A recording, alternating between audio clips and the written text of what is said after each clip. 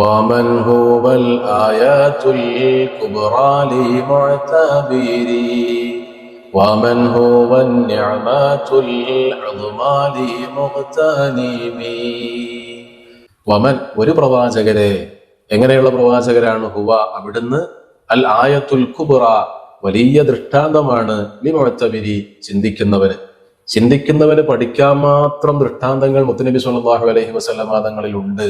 അള്ളാഹുവിലേക്ക് എത്താൻ ഒരു മനുഷ്യന് മുത്തുനബി സ്വല്ലല്ലാഹു അലൈഹി വസല്ലമ തങ്ങളെ കുറിച്ച് പഠിച്ചാൽ മതി, ആ ജീവിതം ഒന്ന് അറിഞ്ഞാൽ മതി. വമൻ ഒരുത്തരെ, ഒരു പ്രവാചകരെ, എങ്ങനെയുള്ള പ്രവാചകരാണ്? ഹുവ അവിടുന്ന് അൻ-നിഅമത്തുൽ ഉളുമ അപാരമായ അനുഗ്രഹമാണ്, ലിമുഗ്തനിമി പൊരുതി നേടുന്നവന്. ഈ ദുനിയാവിൽ ശരീരത്തിന്റെ ഇച്ഛയോട് പോരാടി ആഖിറത്തിന്റെ നന്മകളെ കരഗതമാക്കാൻ ശ്രമിക്കുന്നവന് വലിയ അനുഗ്രഹമാണ് അവിടുന്ന്. അങ്ങനെയുള്ള നബിയെ, അഥവാ ആഖിറത്തിന്റെ സന്തോഷങ്ങൾ കരസ്ഥമാക്കാൻ, സ്വർഗത്തിലെ വലിയ ദറജാത്തുകൾ കരസ്ഥമാക്കാൻ മുത്തുനബി സ്വല്ലല്ലാഹു അലൈഹി വസല്ലമ തങ്ങൾ ഇവിടെ ഒരു ശരീഅത്ത് നമുക്ക് പഠിപ്പിച്ചു തന്നിട്ടുണ്ട്.